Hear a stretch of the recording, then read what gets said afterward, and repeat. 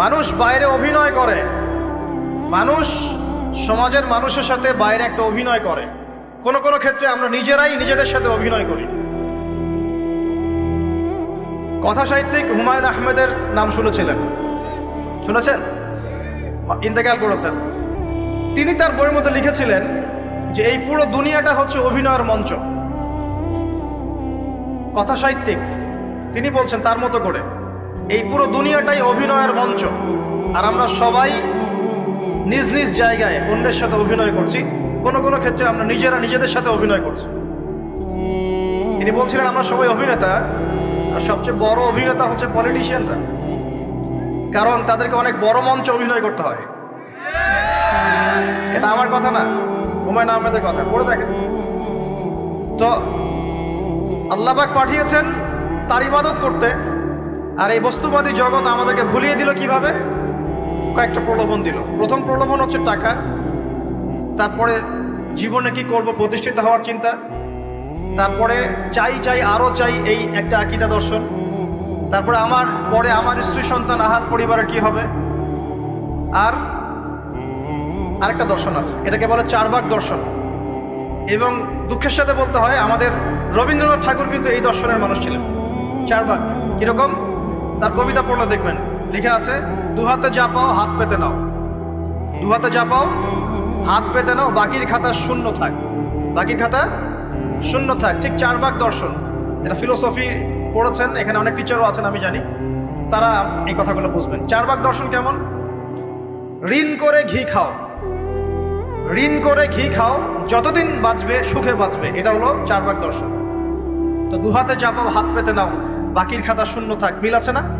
ঋণ করে হলো ঘি খান, যেভাবে হোক ঘি খান আপনি, মানে ঋণ করে হলো ঘি খান, যতদিন বাঁচবেন সুখে বাঁচবেন। তাহলে এই দর্শনগুলো বস্তুবাদী না? বুঝতে পারছেন কিনা?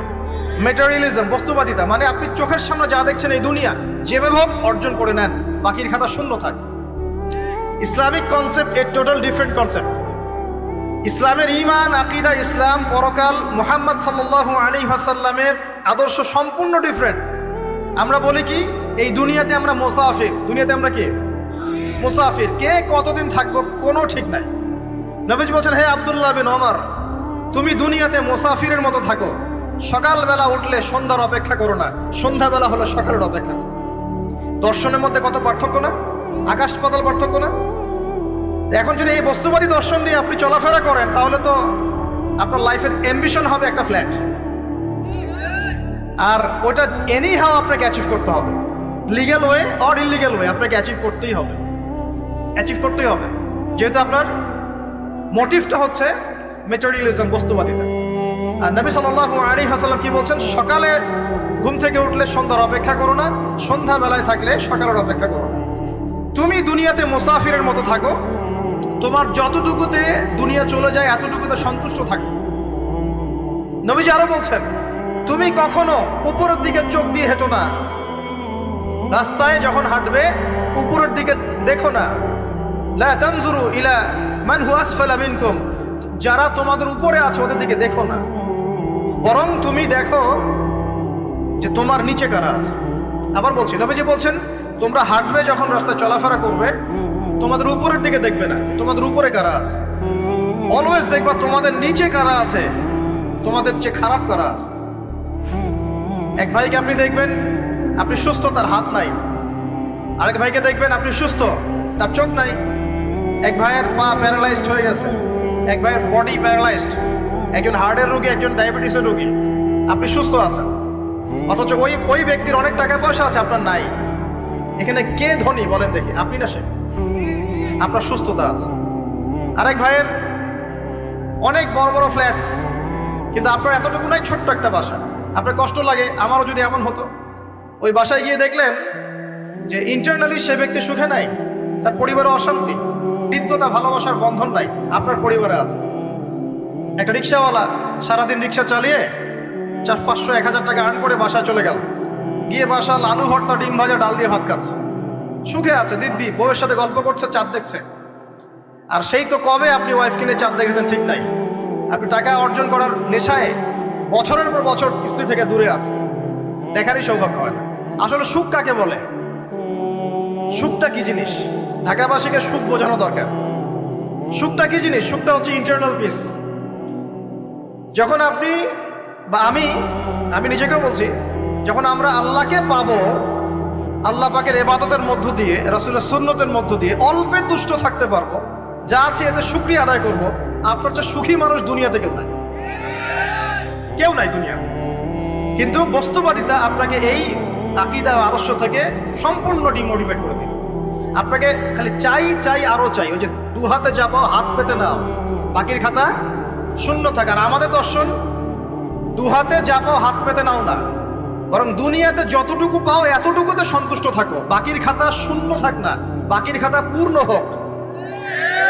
মানে পরকালটা বাকির খাতা না, পরকালের বাকির খাতাটা পূর্ণ হোক। প্রয়োজনে দুনিয়ার সব চলে যায় যাক, প্রয়োজনে দুনিয়ার সব যদি চলেও যায় যাক, তারপরে বাকির খাতা কি হোক? পূর্ণ হোক। এটাই আল্লাহ রাব্বুল আলামিন সূরা আ'লার মধ্যে বলছেন, বাল তুসিরুনাল হায়াতাদ দুনিয়া, তোমরা এই দুনিয়ার জীবনটাকে প্রাধান্য দিয়ে থাকো। ওয়াল আখিরাতু খায়রুন ওয়া আবকা, কিন্তু আখিরাত হচ্ছে সবচেয়ে উত্তম এবং চিরস্থায়ী। তো প্রিয় ভাই এবং বোনেরা যারা আলোচনা শুনছেন, আজকে আমাদের প্রথম সবক হওয়া উচিত দুনিয়ার নেশায় আমরা না পড়ি। আল্লাহ পাক আমাদেরকে তৌফিক দান। এর মানে এই না আমরা দুনিয়ার প্রোগ্রেসে যাব না, অবশ্যই যাব, আমরা অবশ্যই যাব। পুরো নেশন জাতিগতভাবেই আমাদেরকে এই ওয়ার্ল্ডের সমকক্ষ তো হতে হবে, হবে কি না? আমরা কি ওয়ার্ল্ডের সমকক্ষ হতে পেরেছি? আপনাদের কি মনে হয় যে মিলস, ইন্ডাস্ট্রিজ, ফ্যাক্টরিজ, সেতু, ফ্লাইওভার এইগুলো করলেই মনে হয় যে ওয়ার্ল্ডের সমকক্ষ হওয়া যায়? প্রত্যেক জনগণ ভিতর থেকে সুখী কিনা, তাদের অন্ন, বস্ত্র, চিকিৎসা, শিক্ষা, বাসস্থান, এই যে মৌলিক চাহিদা, বেকারত্ব ঘোচানো, তিন বেলা খেয়ে পরে বাঁচা, জীবনের অধিকার, সিকিউরিটি, এই জিনিসগুলো আমাদের নিশ্চিত হচ্ছে কিনা, এটা হচ্ছে আপনার উন্নতির মানদণ্ড। উন্নতির মানদণ্ড কি? আমরা এখন যেখানে আছি না, 1776 সালে অ্যাডাম স্মিথ তার চেয়ে আগের জায়গায় ছিল। 1776 সালে অ্যাডাম স্মিথ একটা বই লিখেছেন, তার নাম হচ্ছে যে দি ওয়েলথ অফ নেশন, এই কিভাবে একটা রাষ্ট্রের ওয়েলথ ফাংশন করে। ওই 1776 সালে তিনি যে চিন্তাগুলো করেছেন, এখন পর্যন্ত আমরা সেই চিন্তা বাস্তবায়ন করতে পারি নাই। 1776 সালের চিন্তা, কিন্তু ওই চিন্তা বাস্তবায়ন করেছে পশ্চিমারা। পশ্চিমা সভ্যতা যেটা আপনি দেখছেন দাঁড়িয়ে আছে, এই একটা বইয়ের উপর দাঁড়িয়ে আছে। যেমন একটা এক্সাম্পল দিই, আলোচনাটা কঠিন হয়ে যাবে, অন্যদিকে যাব। আমরা মনে করি যে অর্থনীতি আমরা নিয়ন্ত্রণ করব, ঠিক আছে, অর্থনীতির পুরো বিষয়গুলো আমরা নিয়ন্ত্রণ করে আমরা সমৃদ্ধি নিয়ে আসবো। আসলে বিষয়টা কি জানেন? অর্থনীতির নিজের একটা ফ্লো আছে, ও নিজেই নিজেকে নিয়ন্ত্রণ করে, এবং তার উপর একটা ইনভিজিবল হ্যান্ড থাকে, অদৃশ্য হাত, যেটা আমরা বলি আল্লাহ রাব্বুল আলামিন। আল্লাহ রাব্বুল আলামিন এই পুরো অর্থনীতিকে নিয়ন্ত্রণ করে। আমরা যখন সেটাকে ইন্টারফেয়ার করতে যাব, তখন ইকোনমি কলাপস করে যাবে। এই যে করছে কলাপস। আরো ব্যাপার আছে, শুধু ব্যবসা, অর্থনীতি, এক্সপোর্ট ইম্পোর্ট, এগুলোকে তিনি জাতির মানদণ্ড বলতেন না। তিনি বলতেন যতক্ষণ পর্যন্ত জাতির প্রত্যেক ব্যক্তির মধ্যে এথিক্স না আসবে, নীতি যতক্ষণ পর্যন্ত না আসবে, আপনি করাপশন থামাতে পারবেন। তাই হয়েছে না? শুধু ব্যবসা না, আদর্শ কতটুকু আছে? এই যে আপনি দেখছেন বিভিন্ন জায়গায় ভেজাল খাওয়াচ্ছে, ওদের কি টাকার অভাব আছে? ওদের টাকার কিন্তু অভাব নাই। নেম ফ্রেমের কোনো ঘাটতি আছে? এস্টাবলিশড বিজনেস, তাহলে কেন আপনাকে ভেজাল খাওয়াবে? কারণ তার মধ্যে এথিক্স নাই, নীতি নাই। এই জন্য জাতির প্রত্যেক সদস্যকে, মানে প্রত্যেক জনগণের প্রত্যেককেই আগে নীতিগত শিক্ষা দেওয়া উচিত। আর এই কাজটাই করে ইসলাম। বলে সুবহানাল্লাহ। এই এথিক্স এবং নীতি শেখায় কে? ইসলাম। ইসলামের চেয়ে সার্বজনীনভাবে এবং যুগোপযোগীভাবে কেউই এথিক্স শেখাতে পারবে না। কাগজে কলমে অনেকে অনেক কথা বলতে পারে, প্র্যাকটিক্যালি শেখাবে কে? ইসলাম। এখন বলতে পারেন তাহলে মুসলিমদের মধ্যে দুর্নীতি কেন, মুসলিমদের মধ্যে কেন এই সমস্যাগুলো হয়? উত্তর একটাই, ওই যে স্যার বলে গেলেন, আমি বিভিন্ন ওয়াজে যে এক এক জায়গায় এক এক কথা বলে। উত্তরটা কি? উত্তরটা হচ্ছে যে কোরআন এবং সুন্নাহর সঠিক যে শিক্ষাটা আছে, এই শিক্ষাটা আমরা অনেকেই বাস্তবায়ন করতে পারছি না। এটা আমাদের ব্যর্থতা। এটা কাদের ব্যর্থতা? এটা আমাদের ব্যর্থতা। এখানে আমাদের ব্যক্তি স্বার্থ থাকতে পারে, এখানে আমার জ্ঞানের স্বল্পতা থাকতে পারে, আমার ভিতরে অহংকার থাকতে পারে, বা আমি অল্প শিক্ষিত হতে পারি, এবং এমন হতে পারে আমার জ্ঞানটা যুগোপযোগী না। ইসলামিক জ্ঞান আমার মধ্যে আছে, কিন্তু কিভাবে এই জ্ঞান দিয়ে ওয়ার্ল্ডকে ডিল করবো এই জ্ঞানটা আমার মধ্যে নেই। এই কারণে আমরা হয়তোবা ইসলাম কোরআন সুন্নাহ হাতে থাকার পরেও এই সমস্যাগুলো ফেস করছি। প্রথম সমস্যা হচ্ছে বস্তুবাদিতা। আল্লাহ পাক আমাদের সবাইকে যারা আলোচনা শুনছে দুনিয়ার প্রেমিক হওয়া থেকে বাঁচাক বলি আমি। দুনিয়ার প্রেমিক না, প্রেমিক হবো কার? আল্লাহর আখিরাতে। কতটুকু দাম আছে দুনিয়ার? আল্লাহ পাক বলছেন একটা মাছির পাখার সমানও না। একটা মাছির পাখার কি দাম আছে আপনার কাছে?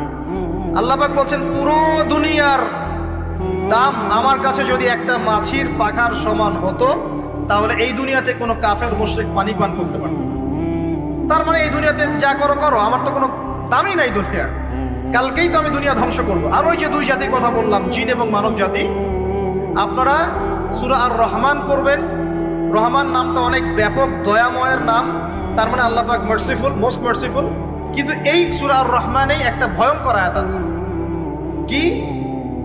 সানাফরুগু লাকুম আইয়ুহাস সাকলান। হে মানুষ এবং জিন, হে মানুষ এবং জিন, শীঘ্রই আমি তোমাদের দুইটা জাতিকে ডিল করার জন্য ফারেক হচ্ছি, অপেক্ষা করতে থাকো। মানে আল্লাহ পাক কুল্লু ইয়াউমিন হুয়া ফি শাআন, মানে আল্লাহ পাক কি করেন? সব সময় তার কাজে ব্যস্ত আছেন। মহাবিশ্বের তো গ্রহ নক্ষত্র গ্যালাক্সির অভাব নাই, মাখলুকের কোনো অভাব নাই। আল্লাহ পাক প্রত্যেকটা মুহূর্তেই তার কাজে ব্যস্ত আছেন, তার কাজে শানে ব্যস্ত আছেন। কিন্তু এই ব্যস্ততা থেকে ফারেক হবেন কাদের জন্য? মানুষ আর জিনের জন্য। মানুষ আর জিনের জন্য আল্লাহ পাক বলছেন সানাফরুগু লাকুম আইয়ুহাস সাকলান। দাঁড়াও, দুনিয়ার মধ্যে এইসব করে বেড়াচ্ছ, তোমাদের দুই জাতির জন্য আমি অচিরেই ফারেক হব ইনশাআল্লাহ। ওইটাই হলো কিয়ামতের দিন। যদি ওই দিনটা আমরা মাথায় রেখে চলি, ইনশাআল্লাহ আমরা কেউ বস্তুবাদী হব না ইনশাআল্লাহ। আল্লাহ পাক আমাদের সবাইকে দুনিয়া মুসাফিরের মতো থাকার তৌফিক দান করুন। আমরা উন্নতি করব, অবশ্যই অগ্রগতি করব, আমরা সবকিছুই করব, কিন্তু দুনিয়ার পূজায় ডুবে যাব না। এটা একটা বড় চ্যালেঞ্জ। মানে মধ্যমপন্থী থাকতে হবে, না একদম গোলালু মার্কা আর না চরমপন্থী, মাঝামাঝি থাকার চেষ্টা করতে হবে। আল্লাহ তৌফিক দান করবেন। ঢাকাবাসীর জন্য এর চেয়ে বড় কোনো নসিহত হতে পারে না। ঢাকা থেকে, ঢাকার মতো যত মানে সিটিজ, মেগা সিটিজ আছে সারা ওয়ার্ল্ডে, তাদের জন্য এটাই প্রথম নসিহত, বস্তুবাদিতা ত্যাগ করতে হবে। বস্তুবাদিতা। আল্লাহ পাক আমাদের সবাইকে বাকির খাতা পূর্ণ করার তৌফিক দান করুন। এখন একটা লক্ষ্য পেলাম, কি জন্য দুনিয়া এসেছি? আল্লাহর ইবাদত করার জন্য। এখন অনেকে ভুল বুঝে প্রশ্ন করতে পারে, তাদের জ্ঞানের স্বল্পতা। আমি ওদেরকে দোষারোপ করব না, কারণ আমাদের শিক্ষার সমস্যা আছে। আমরা তো সবার মাঝে ইসলামিক সার্বজনীন শিক্ষা দিতে পারছি না। এই কারণে অনেকে প্রশ্ন করতে পারে, তাহলে কি সারা জীবন আল্লাহ বিল্লাহি করতে হবে? আমি কি সারা জীবন তাসবিহ তাহলিল জিকির আজকার নামাজি পড়ে বেড়াবো? তাহলে এটা হলো তার ভুল বুঝ। এই আয়াত সম্পর্কে ভুল ব্যাখ্যা। সঠিক ব্যাখ্যাটা কি? সঠিক ব্যাখ্যা হচ্ছে সূরা হাশরের 7 নম্বর আয়াত। কত নম্বর? সূরা হাশর 7 নম্বর আয়াত। আল্লাহ পাক বলছেন ওয়ামা আতাকুমুর রাসূলু ফাখুযুহু। রাসূলুল্লাহ সাল্লাল্লাহু আলাইহি ওয়াসাল্লাম তোমাদেরকে যা যা দিয়েছেন সব নিয়ে নাও। ওয়ামা নাহাকুম আনহু ফান্তাহু। রাসূল যা থেকে বিরত থাকতে বলেছেন সমস্ত বিষয় থেকে দূরে থাকো। এখন এই আয়াতটাকে সামনে রেখে কোরআন সুন্নাহকে যদি আমরা ঘাঁটি, আমরা দেখব রাসূলুল্লাহ সাল্লাল্লাহু আলাইহি ওয়াসাল্লাম পেশাব পায়খানা ইস্তেঞ্জা করা থেকে শুরু করে রাষ্ট্র চালানো পর্যন্ত প্রতিটা কাজের হেদায়েত দিয়ে গেছেন। আলহামদুলিল্লাহ। এটা কেউ মানি বা না মানি, দিয়ে গেছেন, এটা বিশ্বাস করতে হবে। আমল করতে পারি বা না পারি, নবী দিয়ে গেছেন, বিশ্বাস করতে হবে। দলিল চাচ্ছেন, আপনি সহিহ বুখারী খোলেন, মুসলিম খোলেন, তিরমিজি, নাসাই, আবু দাউদ এগুলো খোলেন, দেখবেন আপনি ইস্তেঞ্জা করবেন কিভাবে, বসবেন কিভাবে, ঢোকার সময় কোন পা দিয়ে ঢুকবেন, বের হওয়ার সময় কোন পা দিয়ে বের হবেন, ইস্তেঞ্জা করার সময় কথা বলতে পারবেন কিনা, কতটুকু বলতে পারবেন, গোসল কেমন করে করবেন, ওযু কিভাবে করবেন, আপনি আগে কি পা থেকে শুরু করবেন নাকি হাত থেকে শুরু করবেন, কিভাবে নামাজ পড়বেন, আগে গিয়ে কি সেজদা করবেন নাকি ইকামত হবে, আজান হবে, আল্লাহু আকবার তাকবীর দিবেন, কিভাবে নামাজ শেষে বের হয়ে আপনি ব্যবসায় চলে যাবেন, কিভাবে আপনি ব্যবসা করবেন, কিভাবে চাকরি বাকরি করবেন, সমাজের মানুষের সাথে মেলামেশা করবেন, মানুষকে দিনের দাওয়াত দিবেন, ইভেন কিভাবে আপনাকে যদি আল্লাহ ক্ষমতা দেন আপনি কিভাবে সোসাইটি মেনটেন করবেন, সমাজ এবং রাষ্ট্র মেনটেন করবেন, প্রতিটা হেদায়েত খুঁটিনাটি কোরআন এবং সুন্নাহ দিয়েছে আমাদেরকে। এই বিশ্বাস আগে রাখতে হবে। এই বিশ্বাস না রাখলে কেউ মুসলিম হতে পারবে না। I am very sorry to say, এই বিশ্বাস না করলে কেউ মুসলিম হতে পারবে না। আগে বিশ্বাস, তারপরে কাজ করতে পারেন কিনা সেটা পরের ইস্যু। এবং আমি বলে দিচ্ছি, এই যুগে আপনি 100% পারবেন না। সিম্পল, এই যুগে আপনি 100% পারবেন না, এটা স্বাভাবিক। কারণ এই পুরো বিশ্বটা তো ইসলামাইজড না। পুরো বিশ্ব কি ইসলামাইজড? বরং পুরো বিশ্বটা কুফুরের উপর আছে। কিসের উপর আছে? পুরো ওয়ার্ল্ডটাই কুফুরের উপর আছে, পুরো ওয়ার্ল্ডটাই।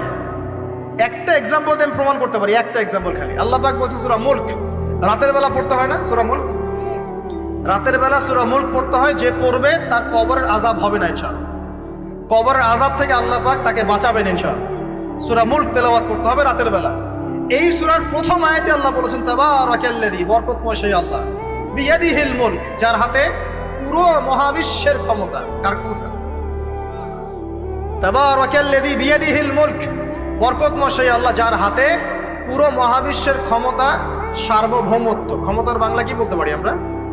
এটাকে ইংরেজিতে আপনারা কি বলেন? আপনারা বলেন সভারেন্টি। কি বলেন? সভারেন্টি বিলংস টু আল্লাহ। এখানে সভারেন্টি বিলংস টু কি?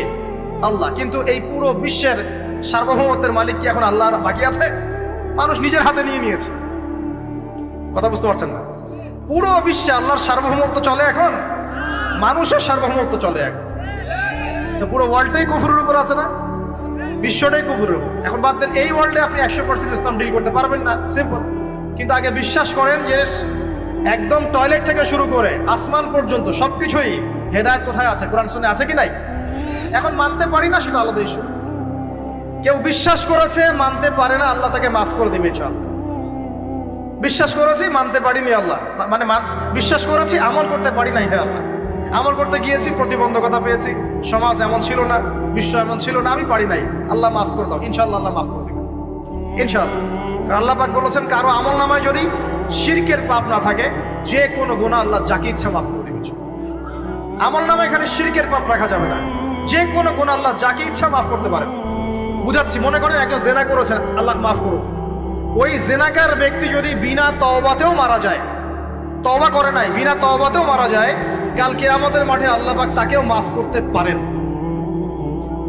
আল্লাহু আকবার। কিন্তু একজন ব্যক্তি শিরক করেছে, তওবা না করে মারা গেছে, আল্লাহ তাকে মাফ করবে। এখন শিরকের পাপ ছাড়া যে কোনো পাপ আল্লাহ মাফ করবেন ইনশাআল্লাহ। সো আগে আকীদা পোষণ করি যে হ্যাঁ, কোরআন সুন্নাহয় সবকিছুর সমাধান আছে আলহামদুলিল্লাহ। এখন আমি আমল করতে গিয়ে হয়তো পারছি না, এখন আমার বিশ্বাস চলমান বিশ্বের সাথে সাংঘর্ষিক হচ্ছে, এবং এই বিশ্বাসকে দমিয়ে দেওয়ার জন্যে কি করা হচ্ছে? এই বস্তুবাদিতার মতো আদর্শগুলো আপনার সামনে তোলা হচ্ছে। এখানে উত্তরটা কি? এখানে উত্তরটা হচ্ছে, দেখুন, ইবাদত মানে শুধুমাত্র নামাজ, রোজা, হজ, যাকাত নয়। ইবাদত মানে শুধুমাত্র নামাজ, রোজা, হজ, যাকাত নয়, বরং আমার জীবনের প্রতিটা সেক্টরই ইবাদত বলে কাউন্ট হবে যদি আমি সেই কাজটাকে নবীর সুন্নত অনুযায়ী করতে পারি। আমার কথা কি বুঝতে পারছেন? এই হলো ব্যাখ্যা, ওয়া মা খালাকতুল জিন্না ওয়াল ইনসা ইল্লা লিয়াবুদুন। আমি জিন আর মানুষকে শুধু আমার ইবাদত করার জন্যই সৃষ্টি করেছি। আপনার ইস্তেনজা করাটা ইবাদত। সুবহানাল্লাহ। আমার ইস্তেনজা করা কার প্রয়োজন? আমার না ইসলামের, না আল্লাহ পাকের? ইস্তেনজা কার জন্য করি? আমার প্রয়োজন। আমাকে এখন ইস্তেনজা করতে হবে, কষ্ট দিচ্ছে আমাকে। খাবার খাবেন, কার জন্য খাচ্ছেন? আমার জন্য নয় কি? আমার জন্যে। আপনি ব্যবসা করছেন, কার জন্যে? আমার জন্যে, আমার স্ত্রী সন্তান, আমার পরিবারের জন্য। আপনি সমাজ চালাচ্ছেন কার জন্য? আপনার জনগণের জন্য। এখানে স্বার্থ কার? মানুষের না আল্লাহ? আমার স্বার্থ, আমার স্বার্থে আমি এই সব কাজগুলো করব, নবীর সুন্নাহ অনুযায়ী করব, তাহলে দুনিয়াবি কাজগুলোতেও আল্লাহ পাক নেকি দিয়ে দিবেন ইনশাআল্লাহ। কেমন দুনিয়াবি কাজ? স্ত্রী সহবাস করা, স্ত্রীর সাথে ভালোবাসা, প্রণয় বিনিময়। আপনি স্ত্রীর দিকে তাকিয়েছেন, নেকি হয়েছে। স্ত্রীর হাতটা ধরেছেন, নেকি হয়েছে। স্ত্রীকে আদর করেছেন, নেকি হয়েছে। তার মুখের মধ্যে ভাত তুলে দিয়েছেন, নেকি হয়েছে। আপনার ছেলেকে আদর করে কোলে নিয়েছেন, নেকি হয়েছে। মা ছেলেকে দুধ পান করাচ্ছে, নেকি হচ্ছে। আপনি ভাইকে 5টা টাকা দিয়ে সহযোগিতা করলেন, নেকি হচ্ছে। একজন এসে বসতে পারছে না, জায়গা ছেড়ে দিলেন, নেকি হচ্ছে। ইভেন রাস্তায় হাঁটছেন, এক মুসলিম ভাইয়ের সাথে সাক্ষাৎ হলো, সালাম দিলেন, মুচকি হাসি দিলেন, নেকি হয়ে গেল। তাহলে আমরা কিভাবে বলতে পারি যে ইসলাম কি শুধু নামাজ, রোজা, হজ, যাকাতকেই স্বীকৃতি দেয়? এগুলো করতেই দুনিয়াতে আসছি, নাকি সব কাজই ইবাদত? আমার আলোচনা কি কঠিন হয়ে যাচ্ছে? আমাদের জীবনের প্রতিটা কাজই ইবাদত, যদি সেটা রাসূল সাল্লাল্লাহু আলাইহি ওয়াসাল্লামের সুন্নাহ মতো করা হয়। 3টা জিনিস খেয়াল রাখতে হবে। কয়টা জিনিস ভাই? এক, সেই ইবাদত হতে হবে আল্লাহর সন্তুষ্টির জন্য। এই যে আমি স্ত্রীর মুখে ভাত তুলে দিচ্ছি, তার কাছ থেকে কিছু পাওয়ার আশায় নয়। আমি দিচ্ছি আল্লাহর সন্তুষ্টির জন্য। আমি যে একজন মুসলিম ভাইকে হাসি মুখে সাক্ষাৎ করলাম, ও আমাকে ভালো বলবে, পরে আমাকে হেল্প করবে, এমন এই জন্য নয়, আল্লাহ পাক সন্তুষ্ট হবেন তাই। আমি নামাজে দাঁড়িয়েছি, লোকে আমাকে ভালো বলবে এই জন্য দাঁড়াই নাই, দাঁড়িয়েছি কেন? যাতে আল্লাহ আমাকে কাল কিয়ামতের মাঠে বাঁচাবে। আমি দাড়ি ছেড়ে দিয়েছি কেন? মানুষ আমাকে হুজুর বলবে তাই, এই জন্য নয়, বরং আল্লাহর রাসূলের সুন্নাত জীবিত করেছি, ইনশাআল্লাহ আমি 50 জন শহীদ সাহাবীর নেকি পাবো ইনশাআল্লাহ। কেন আমি টাকনুর নিচে কাপড় পরছি না? কারণ কি মানুষ আমাকে বলবে নতুন ফ্যাশন? না, আমি এই কারণে পড়ছি যাতে রাসূল সাল্লাল্লাহু আলাইহি ওয়াসাল্লাম কাল কিয়ামতের মাঠে এই সুন্নাহর উপর আমল করার জন্য আমার পক্ষে সুপারিশ করেন। আমার ইবাদত, আমার পর্দা, আমার পরিবার, আমার ব্যবসা, আমার অর্থনীতি, আমার পলিটিক্স সবকিছু আল্লাহর জন্য করব, এই একটা হলো মূলনীতি ইবাদত কবুল হওয়ার। 1 2 সেই আমলটা হতে হবে রাসূলের সুন্নাহ মোতাবেক, অন্য কোনো পদ্ধতিতে নয়। মনে করেন আমি একজন খুব বড় বুজুর্গ হয়ে গেছি, নাউজুবিল্লাহ, না আমরা এত বড় বুজুর্গ হয়ে যাই নাই, যে টাইটেলগুলো আপনারা দেন এগুলোর কোনো প্রয়োজনও নাই। এখন একজন বড় বুজুর্গ এসে যদি আপনাকে কোনো ইবাদতের পদ্ধতি শিখিয়ে দেয় যে এই পদ্ধতিতে ইবাদত করো অনেক ভালো হবে, কিন্তু ওই পদ্ধতির সাথে রাসূলের এবং সাহাবীদের পদ্ধতির কোনো মিল নাই, মুখরোচক মনে হলো, দেখতে সুন্দর মনে হলো এবং অনেক মানুষ তা করছে এরকম দলিল থাকলেও সেই কাজটা করা যাবে না। কারণ কি? কারণ সেই কাজটা রাসূল সাল্লাল্লাহু আলাইহি ওয়াসাল্লামের সুন্নাহ মাফিক হয়নি। আল্লাহ রাসূল করেন নাই, সাহাবীরা করেন নাই, বাস আমি করব না, সিম্পল। ইমামরাও করেন নাই, পরবর্তী জেনারেশনের কেউই করেন নাই। এখন যত ভালো টাটকা মজা লাগুক, দেখতে সুন্দর লাগুক, বহু মানুষ করছে, এইসব দলিলে ইসলাম টিকবে না। আল্লাহ পাক বোঝার তৌফিক দান করুন। 1 নম্বর শর্ত আল্লাহর সন্তুষ্টির জন্য হতে হবে। 2 নম্বর রাসূলের পদ্ধতিতে হতে হবে। 3 নম্বর খুব ডিফিকাল্ট, 3 নম্বরটা বেশি ডিফিকাল্ট। প্রথম 2টা পার হয়ে গেলেও 3 নম্বরে গিয়ে আমরা আটকে যাচ্ছি আর কি। বলবো? রাগটা করবেন না তো? 3 নম্বর হচ্ছে রিজিক হালাল হতে হবে। রিজিক হালাল হতে হবে। পশ্চিমের আদলে গড়া এই পুরো বিশ্বের বেশিরভাগ মানুষের রিজিক এখন হারাম। কেন হারাম? কারণ কোনো না কোনোভাবে আমরা সুদের সাথে সম্পৃক্ত হয়ে যাচ্ছি, কোনো না কোনোভাবে। আর নবীজি অনেক আগেই বলেছিলেন, 1400 বছর আগে, যে একটা জামানা তোমাদের সামনে আসবে, যে মানুষ সুদ খেতে চাইবে না তার গায়েও সুদের ছিটাফাটা গিয়ে লাগছে কিনা? এখন আপনি খেতে চাইবেন না, আপনাকে মেসেজ পাঠিয়ে দেওয়া হবে আপনার অ্যাকাউন্টে এত টাকায় যোগ হয়েছে। কি করবেন এখন? টাকাটা আপনি সুদের টাকা। সুদের টাকা মানে কি? 1 দিরহাম যে ব্যক্তি সুদ খেয়েছে সে যেন 36টা মেয়ের সাথে জেনার পাপ করেছে। সহিহ বুখারী হাদিস, একদম অকাট্য, সহিহ, সনদ সহিহ, এমন না জয়ীফ জাল, এমন নয়। 1 দিরহাম যে ব্যক্তি সুদ খেয়েছে সে যেন 36 বার জেনা করলো, নবী সাল্লাল্লাহু আলাইহি ওয়াসাল্লাম বলেছেন। আর এই হাদিস তো আপনারা জানেন যে সুদের পাপের 73টা শাখা আছে। নিচের শাখা হচ্ছে মায়ের সাথে জেনা করা, মাকে বিয়ে করা, আর উপরের শাখা হচ্ছে আল্লাহ এবং তার রাসূলের সাথে যুদ্ধ করা। এগুলো অবলীলায় করছি আমরা। আর নবীজি বলছেন 4 শ্রেণীকে আমি অভিশাপ দিয়ে গেলাম। আল্লাহর নবী অভিশাপ দিয়ে গেলেন মানে সে জাহান্নামে যাবে, কোনো অবস্থাতেই জান্নাতে যাবে না, ইল্লা মাশা আল্লাহ। 1 যে সুদ খায়, 2 যে সুদ দেয়, 3 সাক্ষী থাকে, 4 লিখে রাখে। এখন বলেন এই সিস্টেমের বাইরে কতজন মানুষ আছে? এর বাইরে আবার আছে যাকাত না দেয়া, সম্পদ হারাম হয়ে যাচ্ছে। এর উপর আবার আছে ঘুষ যা না দিলে অনেক সময় চাকরি বাকরি হয় না। আর আস্তে আস্তে এগুলো আমরা ট্রেডিশন বানিয়ে নিয়েছি। এক সময় আমরা, শোনেন, এটাকে বলা হয় নিউট্রালাইজেশন, মানে স্বাভাবিকীকরণ। খুব কঠিন টার্ম বলে ফেলছি মনে কিছু কিছু। যেমন আগে ধর্ষণ হলে আমরা খুবই সোচ্চার ছিলাম এবং সারা এলাকা ফেটে যেত, এত বড় কথা। কেউ মাপে কম দিলে, ধরা পড়লে চক্ষু লজ্জায় সে সমাজে চলতে পারতো না। কেউ চুরি করলে চক্ষু লজ্জায় বের হতে পারতো না। আস্তে আস্তে আস্তে আস্তে আস্তে আস্তে এই যে মাপে কম দেয়া বলেন, সুদ বলেন, জেনা বলেন, আস্তে আস্তে পাপগুলোকে আমরা নিউট্রালাইজেশন করে ফেলেছি, নিউট্রালাইজ হয়ে গেছে। হ্যাঁ, ধর্ষণ ডেইলি 4-5টা হয়, সুদ সবাই খায়, আমিও খাই, জেনা তো সবাই করে, বয়ফ্রেন্ড গার্লফ্রেন্ড ফ্রি মিক্সিং আছে, আমি করলে সমস্যা কি?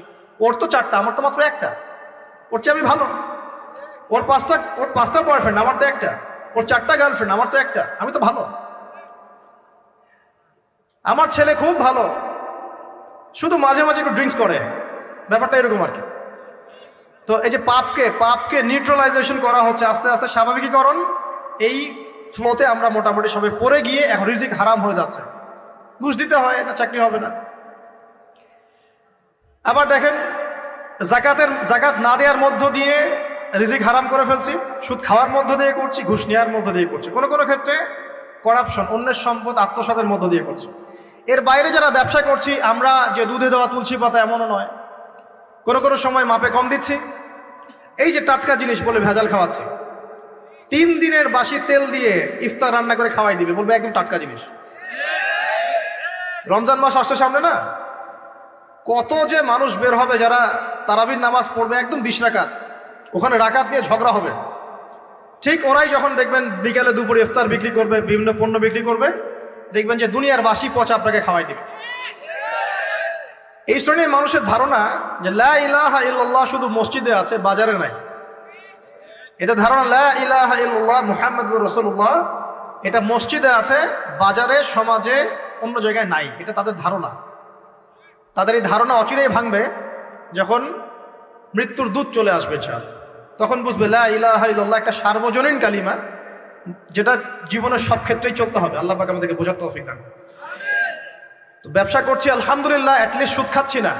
তবে এতটুকু মনে রাখবেন, ব্যবসায়ীদের অসততার কারণে, আমানতের খেয়ানতের কারণে একটা আযাব আসে। হাদিসের মধ্যে আসছে একটা আযাব আসে। নবীজি বলেছেন, যখন একটা জাতির ব্যবসায়ীরা মাপে কম দেওয়া শুরু করে, মিথ্যা কসম করে পণ্য বিক্রি করা শুরু করে এবং আমানতের খেয়ানত করে, তখন ওই জাতির উপর দুর্ভিক্ষ চাপিয়ে দেওয়া হয়। কি চাপিয়ে দেওয়া হয়? দুর্ভিক্ষ চাপিয়ে দেওয়া হয়। মনে করছেন যে হয়তো দুর্ভিক্ষ নাই, পুরো ওয়ার্ল্ড ওয়াইড একটা নীরব দুর্ভিক্ষ চলছে এখন আস্তে আস্তে। সকালে একটু আগে বলেছিলাম না, গরিব মানুষ আলু ভর্তা, ডাল আর ডিম ভাজা দিয়ে ভাত খেত আগে। এখন তারা বলে আমরা ডিমই দেখতে পারি না চোখে। ডিমও খাওয়ার এখন সামর্থ্য হচ্ছে না অনেকেরই। আপনি শোনেন, আমি একটা জব করতাম, মনে করেন স্যালারি পেতাম 5,000 টাকা, এখন পাচ্ছি 10,000 টাকা। কিন্তু 10,000 টাকা স্যালারি পাওয়ার পরেও আগে 5,000 টাকা দিয়ে আমি সংসার চালাতে পারতাম, এখন 10,000 টাকা দিয়ে পারছি না। কারণ কি? কারণ হচ্ছে মুদ্রাস্ফীতি, দ্রব্যমূল্যের ঊর্ধ্বগতি, এর পাশাপাশি আছে আমানতের খেয়ানত করা, করাপশন এবং কিছু অসৎ ব্যবসায়ীর এই দুরভিসন্ধি। এসবের কারণে সাফার করছি কারা? আপনি তো সাফার করবেন না, কারণ আপনার তো ফ্ল্যাট আছে বড়। আপনি তো সাফার করবেন না, বিকজ আপনার আমার তো 3 বেলা খাওয়ার টাকা পয়সা আছে। এই যে আমি এসেছি, আমাকে ভালো অঙ্কের হাদিয়ে দিচ্ছি, আমি তো সাফার করবো না। সাফার কে করবে? সাফার করবে রিক্সাওয়ালা ভাই, ভ্যানওয়ালা ভাই, এই যে রাস্তাঘাটে যারা আশপাশে বাসা করে আছে, যারা দারিদ্র সীমার নিচে আছে, এদের সংখ্যা কত আপনার মনে হয়? মিনিমাম 3 থেকে 4 কোটি মানুষ আমাদের দেশের মধ্যে। মনে হচ্ছে পপুলেশনটা কম? উমর রাদিয়াল্লাহু আনহু বলতেন, আমি ভয় করি যদি আমার অধীনে একটা মেষপালক, মানে যে মেষ চড়ায়, এই মেষপালক এবং তার মেষ যদি না খেয়ে মারা যায়, আমি ভয় করি আল্লাহ কাল কিয়ামতের মাঠে আমাকে দাঁড় করিয়ে বলবেন, হে ওমর, তোমার তত্ত্বাবধানে এই ব্যক্তি না খেয়ে মরল কেন? এগুলো হিস্ট্রি হয়ে গেছে জাদুঘরে। এগুলো কোথায়?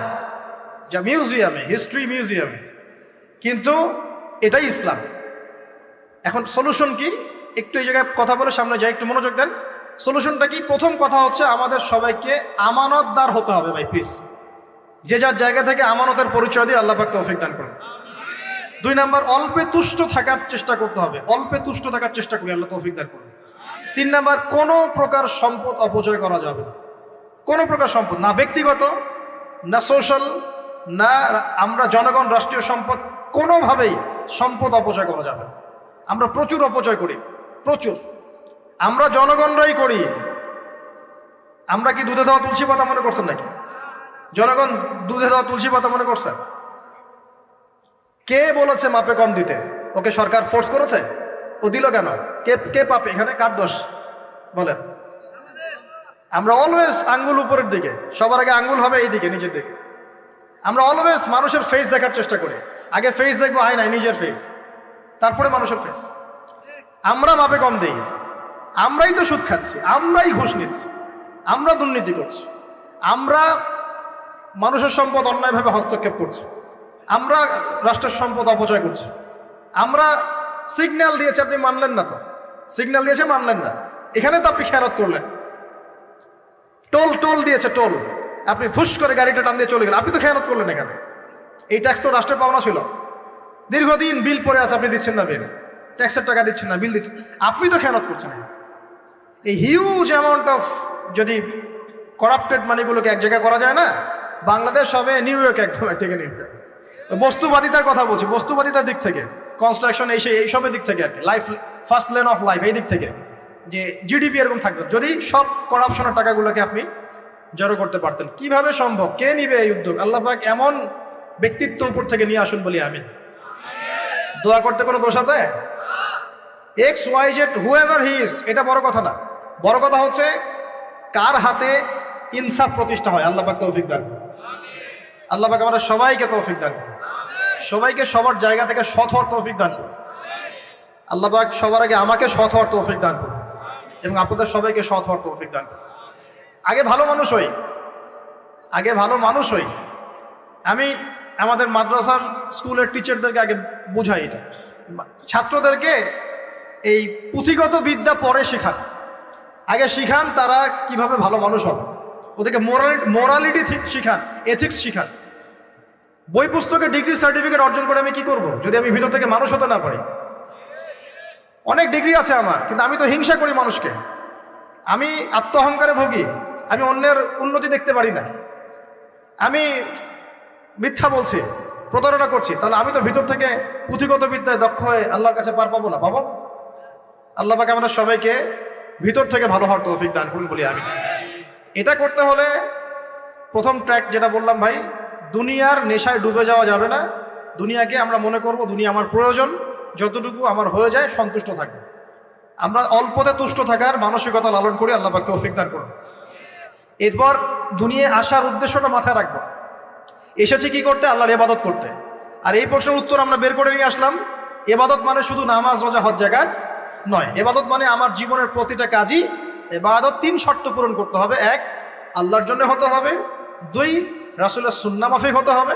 3, আমাদের উপার্জনটা হালাল হতে হবে। এই হালাল এর কথা বলতে গিয়ে এই জায়গায় এসেছিলাম যে এই বিশ্বে হালাল খাওয়াটা খুব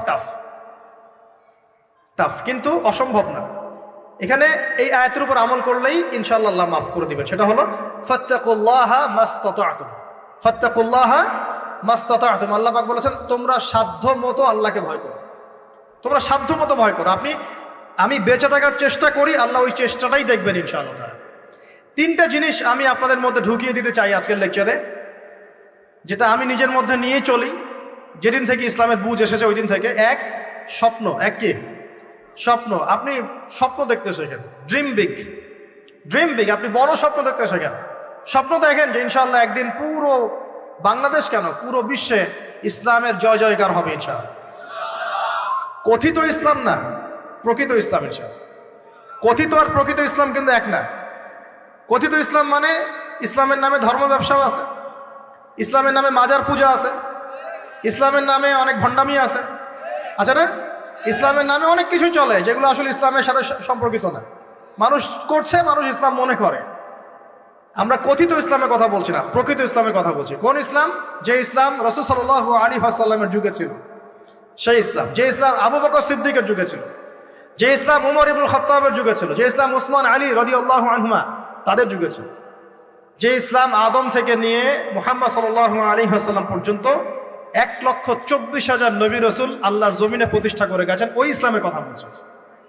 বড় স্বপ্ন দেখেন ইনশাআল্লাহ। এই স্বপ্নে আমিও একটা ভূমিকা রাখবো ইনশাআল্লাহ।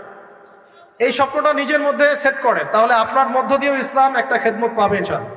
সবাই লেকচারার হবে না, কেউ হয়তো বই লিখবে, কেউ হয়তো ইসলামের জন্য গাইবে, ইসলামের জন্য কবিতা লিখবে, ইসলামের জন্য ইকোনমিক কোনো প্রজেক্ট লঞ্চ করবে, ইসলামের জন্য পলিটিক্যাল সেকশনে দুর্নীতি কমাই দিবে, ইসলামের জন্য হয়তো কেউ কনস্ট্রাকশনাল রেভলিউশনারি কাজ করবে, ইসলামের জন্য নেশনকে এগিয়ে নিবে। এমনকি ইসলামের জন্য নাম্বার স্বপ্নের সাথে সাথে লক্ষ্য স্থির করতে হবে। লক্ষ্য স্থির করতে হবে। লক্ষ্যটা কি? এই লক্ষ্য নিয়ে কথা বলতেই শুরু করেছে। লক্ষ্যটা হবে পরকাল। লক্ষ্যটা কি? লক্ষ্য একটাই, জান্নাত। লক্ষ্য কি? জান্নাত। এই লক্ষ্যে কাজ করতে গিয়ে যদি আল্লাহর পথে আপনাকে গালি খেতে হয়, সমালোচনা শুনতে হয়, আপনার শারীরিক, মানসিক, অর্থনৈতিক নির্যাতন সহ্য করতে হয়, দেখবেন আপনি মন থেকে সুকুন, শান্তি ফিল করছেন। এই পথে যদি হোঁচট খেয়ে পড়েও যান, শান্তি লাগবে, ভালো লাগবে যে আমি আল্লাহর জন্য করেছি, আল্লাহ আমাকে এটার আজর দিবে ইনশাআল্লাহ। মানুষ আমাকে অনেক ভালো বলছে, এর মানে এই নয় যে আমি জান্নাত পেয়ে গেছি। আবার মানুষ আমাকে ছিছি করছে, এর মানে এই নয় যে আমি জাহান্নামে চলে গেছি। প্রকৃত ভালো আর মন্দের মানদণ্ড আল্লাহ ফিক্স করবেন ইনশাআল্লাহ কাল কিয়ামতের মাঠে। ফামান যুহজিহা আনিন নার ওয়া উদখিলাল জান্নাতা ফাকাদ ফাজ। ওই দিন আল্লাহ পাক যাদেরকে জাহান্নামের আগুন থেকে বাঁচাবেন, জান্নাতে ঢোকাবেন, একমাত্র তারাই সফল, আর কেউ সফল নয়। আমি বলি এই আয়াত হচ্ছে, দিস আয়াত is the definition of success. এই আয়াত হচ্ছে সাফল্যের সংজ্ঞা। এই যে সাফল্য সাফল্য বলি আমরা, বাবা তোমাকে সফল হতে হবে, মা তোমাকে সফল হতে হবে, হ্যাঁ, what is the definition of success? আপনারা কি মনে করেন সাফল্যের সংজ্ঞা কি?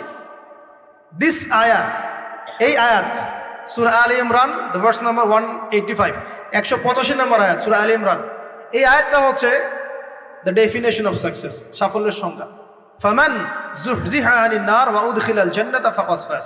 যাকে জাহান্নামের আগুন থেকে কাল কিয়ামতের মাঠে বাঁচানো হবে এবং জান্নাতে ঢুকিয়ে দেওয়া হবে, বাস সে ব্যক্তি সফল, আর কেউ সফল না। এই বিশ্বে বহু বড় বড় মানুষ চলে গেছে, ফেরাউন এবং নমরুদ, আবু জেহেল, আবু লাহাব, উতবা, সাইবা, হ্যাঁ, মঙ্গলরা চলে গেছে, আলেকজান্ডার দ্য গ্রেটের আমল ছিল, হ্যাঁ, কত বড় বড় হিস্ট্রি, রোমকরা ছিল, গ্রিকরা ছিল, পার্সিয়ানরা ছিল, ছিল না? সভ্যতা পড়েছেন তো এগুলো, হিস্ট্রিগুলো। চাইনিজদের সভ্যতা ছিল, রাশিয়ান কন্টিনেন্ট ছিল, কত বড় বড় সভ্যতা পৃথিবী থেকে চলে গেছে। এগুলো তো আমরা জানি। আর যেগুলো কোরআন বলেছে, নুহের জাতি, আদ, সামুদ, মাদিয়ান, কওমে লূত, কত জাতি পৃথিবী থেকে চলে গেছে। আমরা তো শেষের দিকে আছি। মানে আমাদের আর কিয়ামতের মাঝখানে ডিস্টেন্স হচ্ছে আসর থেকে মাগরিব পর্যন্ত সময়। এই উম্মত এবং কিয়ামতের মাঝখানে ডিস্টেন্স হচ্ছে আসরের নামাজ থেকে মাগরিব পর্যন্ত সময়। নবীজি বলছেন এরকম, এই আঙ্গুল থেকে এই আঙ্গুল যেমন দূরত্ব, আমার আর কিয়ামতের মাঝখানে এতটুকু দূরত্ব। তো হিস্ট্রি তো শেষ, আমরা শেষের দিকে আছি। শেষের দিকে আসবে দাজ্জাল, ইয়াজুজ মাজুজ, ঈসা ইবনে মারইয়াম, ইমামুল মাহদি। আস্তে আস্তে ইসলামী খেলাফা রিস্টোর হবে, মানুষ আবার খারাপ হবে, ওদের সামনে কিয়ামত হবে। That's all. পশ্চিম দিক থেকে সূর্য উঠবে, এগুলো বাকি আছে। আর ভূমিকম্প, কিছু ভূমিকম্পের বছর, বড় বড় কিছু প্রাকৃতিক বিপর্যয় বাকি আছে। এই ব্যক্তি সফল হতে পারবে না যদি কাল কিয়ামতের মাঠে জাহান্নাম থেকে বাঁচতে না পারে। যদি সে কাল কিয়ামতের মাঠে জাহান্নাম থেকে বাঁচতে পারে, জান্নাতে যেতে পারে, সে সফল ইনশাআল্লাহ। আমি একটা এক্সাম্পল দিচ্ছি। রাসূল সাল্লাল্লাহু আলাইহি ওয়াসাল্লাম বলেছেন, সবচেয়ে সুখী মানুষটাকে, পৃথিবীর সবচেয়ে সুখী মানুষটাকে কাল কিয়ামতের মাঠে আল্লাহ পাক এক মুহূর্ত সময়ের জন্য জাহান্নামে ঢুকাই দেবে। কতটুকু সময়? এক মুহূর্ত। আল্লাহ পাক জানেন কতটুকু সময়। এরপর তাকে বের করে বলবেন, দুনিয়াতে সুখে ছিলা? সে বলবে, আল্লাহ সুখ কি জিনিস আমি জানি না, সুখ কাকে বলে আমি জানি না, সুখ কি আমি সেটা জানি না। আল্লাহ সুখ কাকে বলে আমি সেটা জানি না। আর এই পৃথিবীর সবচাইতে নির্যাতিত, নিপীড়িত এবং দুঃখ ক্লেশে ভরা মানুষটাকে আল্লাহ পাক এই এক মুহূর্তের জন্য জান্নাতে ঢুকিয়ে দেবে, দিয়ে বের করে নিয়ে আসবে। বলবেন যে দুনিয়াতে দুঃখে ছিলা, কষ্টে ছিলা? এই ব্যক্তি বলবে, আল্লাহ কষ্ট কি জিনিস আমি জানি না, কষ্ট কাকে বলে আমি কষ্টের সংজ্ঞাই জানি না। এই ব্যক্তির তাকদিরে কি হবে পরে? এই ব্যক্তি জান্নাতের ওই যে আরাফ নামক জায়গায় দাঁড়িয়ে থাকবে, চেহারাটা ঘুরিয়ে দেওয়া হবে জাহান্নামীদের দিকে। সে বলবে যে আল্লাহ চেহারাটা খালি আমাকে জান্নাতের দিকে ঘুরায় দাও, আমি জান্নাতে যেতে চাচ্ছি না, খালি চেহারাটা ঘুরায় দাও, বাস এনাফ। আল্লাহ বলবেন আর কিছু চাবো না? তো না, আর কিছু চাবো না। ঠিক আছে, চেহারা ঘুরাই দেওয়া। এবার চেহারা জান্নাতের দিকে ঘুরে আসে, জান্নাতের ঘ্রাণ, জান্নাতের নেয়ামতের স্নিগ্ধতা সব পাচ্ছে সে। এবার বলছে আল্লাহ শুধু দরজার কাছে নিয়ে যেয়ে রেখে দাও, ঢুকতে চাবো না। আল্লাহ বলবেন যে এইবার কথা দিয়ে কথা রাখবা? ঠিক আছে, জান্নাতের দরজার সামনে গিয়ে রেখে দাও। ও বেচারা দরজা ধরে দাঁড়ায় আছে, চিন্তা করবে, ও ভাববে, ওই সময় সে ভাববে, হাদিসে এত স্পেসিফিকলি আসছে, সে ভাববে যে আর কিভাবে আল্লাহকে বলবো, আল্লাহ তো এতদূর পর্যন্ত নিয়ে আসলেন। এরপর বলবে যে জাস্ট একটু উকি দিব, আল্লাহ খালি একটু উকি দিতে, ঢোকানোর দরকার নেই, খালি উকি দিব।